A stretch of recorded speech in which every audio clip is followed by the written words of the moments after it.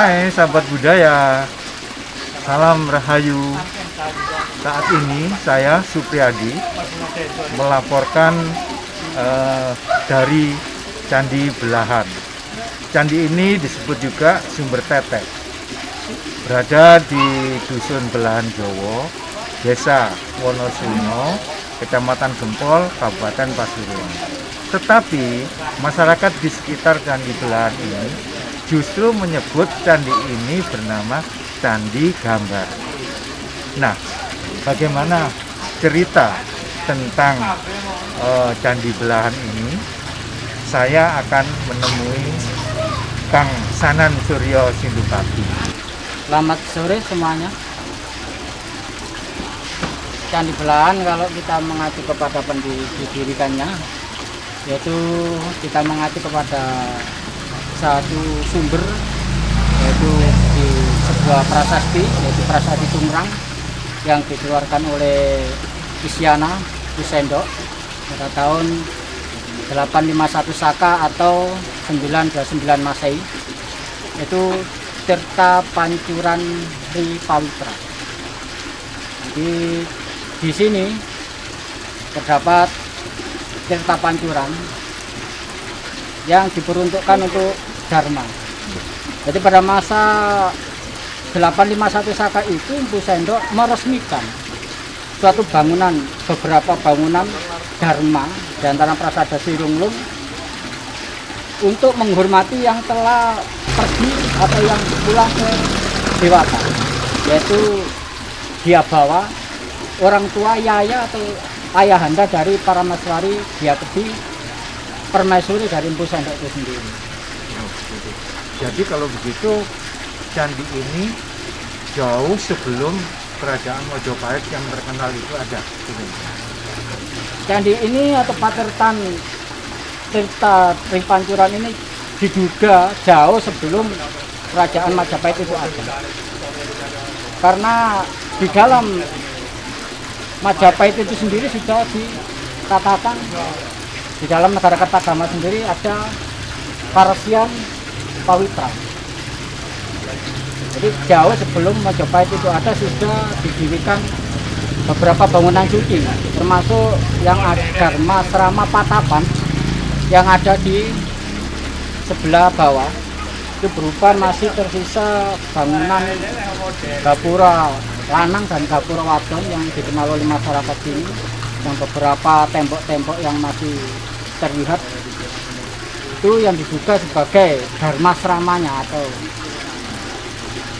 istilahnya seperti sekarang sekolah atau tempat pendidikan yang dikelola atau dikepali oleh Mahguru. Sahabat budaya, menarik bukan?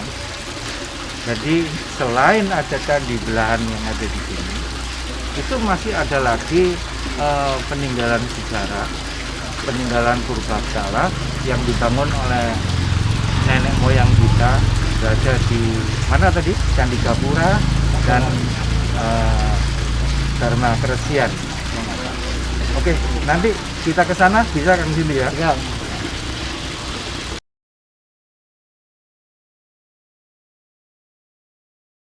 Keunikan dari Candi Belahan ini dikarenakan keluar air dari teteknya ini, makanya pengunjung banyak yang ke sini. Kan saya unik ya, jarang-jarang patung mengeluarkan air dari teteknya.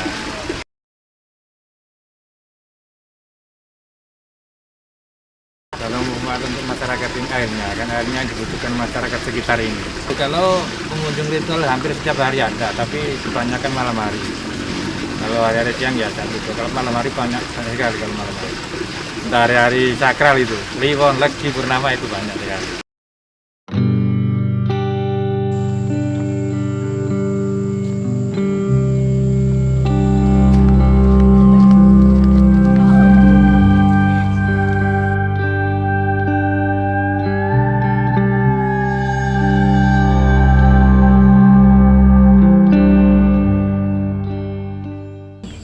Kita lihat Gapura Paduraksa yang ada di Wana Asrama, atau yang lebih di literasinya Prasasti Cungrang maupun negara Kertagama itu Dharma Serama Sri Pawitra.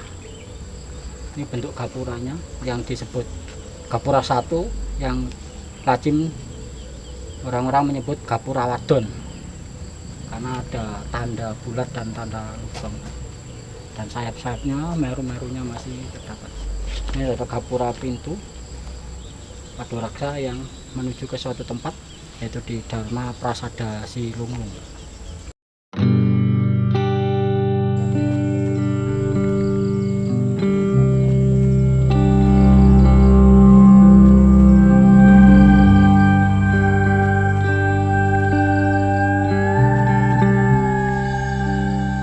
Ini yang kita lihat adalah gapura 2 atau yang lazim disebut gapura lanang di Dharmasrama Ripawitra, jadi belahan. Tapi sini kenapa disebut gapura lanang, karena tidak ada sayapnya, tinggal sedikit dan tidak ada simbol buntar dan lubang tadi seperti yang di gapura wadon.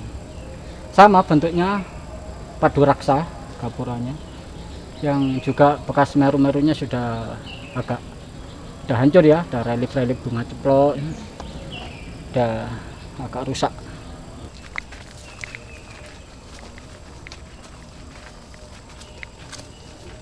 Jadi ini adalah area di mana asrama-asrama para resi itu diduga berdiri.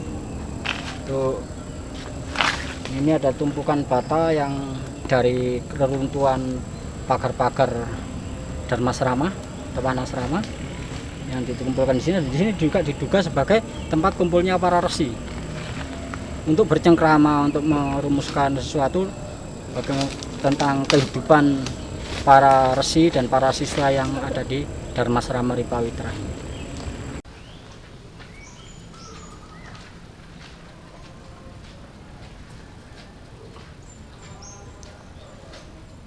Halo sahabat budaya, setelah jalan-jalan dari Candi Belahan, kemudian Gapura 1, Gapura 2, dan Dharma Keresian atau lazim disebut asrama resi.